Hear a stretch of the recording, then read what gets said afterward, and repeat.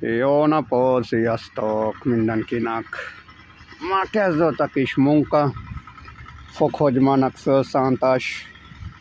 Most ért a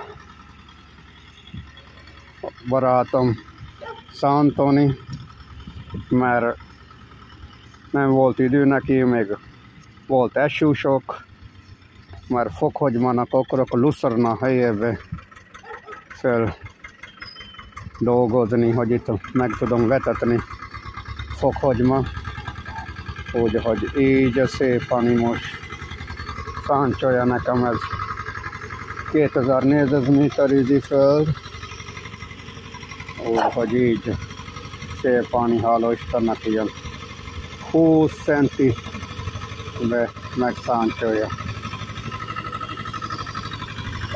Itt volt 4 éves lucerna még, amilyen meg tudtunk használni. Utána most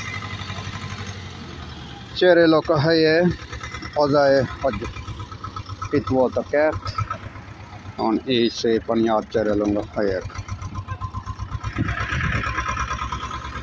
Szépen itt is 30 centi biztos, vagy 20-25 centi megvan a szántás, hogy valaki megmondja, hogy ilyenkor meg lehet itt fokhagyma rakni, vagy ne. Mert úgy kicsi késtem, de elvileg kijönni fog, ha nem lesz rossz idő.